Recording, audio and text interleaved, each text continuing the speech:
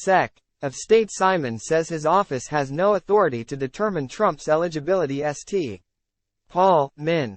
Secretary of State Steve Simon on Thursday confirmed that the state of Minnesota has no authority to determine the eligibility of former President Donald Trump, should he be the Republican Party's presidential nominee in 2024. This comes following attempts by voters in Colorado to keep Trump off the ballot in that state. 6 Coloradans earlier filed a lawsuit against Secretary of State Jena Griswold to prevent her from putting Trump's name on Colorado's primary and general election ballots next year. Time equals 400 Ms. greater than their lawsuit stated.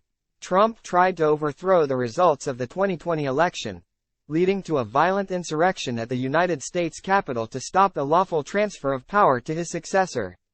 By instigating this unprecedented assault on the American constitutional order, Trump violated his oath. Time equals 400 Ms. greater than on Thursday, Simon said, "My responsibility is to ensure the people of Minnesota have free, fair, secure, and accurate elections. Every eligible Minnesotan deserves the opportunity to cast their ballot for the candidate of their choosing."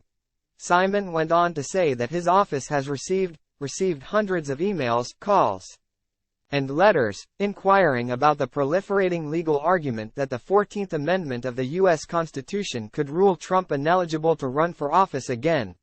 This line of thinking was kicked off, in part, by an article written for the University of Pennsylvania Law Review by law professors William Bode and Michael Stokes-Paulson. The latter is the Distinguished University Chair and Professor of Law at the University of St. Thomas, and a member of the Federalist Society, a legal organization that has substantial sway among conservative legal thinkers, released a law review article making a similar argument. In our view, on the basis of the public record, former President Donald J. Trump is constitutionally disqualified from again being president, or holding any other covered office, because of his role in the attempted overthrow of the 2020 election and the events leading to the January 6 attack, the two wrote earlier this year. The case for disqualification is strong. Simon said that Minnesota law does allow for one or more people to challenge, in court, the eligibility of a candidate to appear on a ballot, but not his office.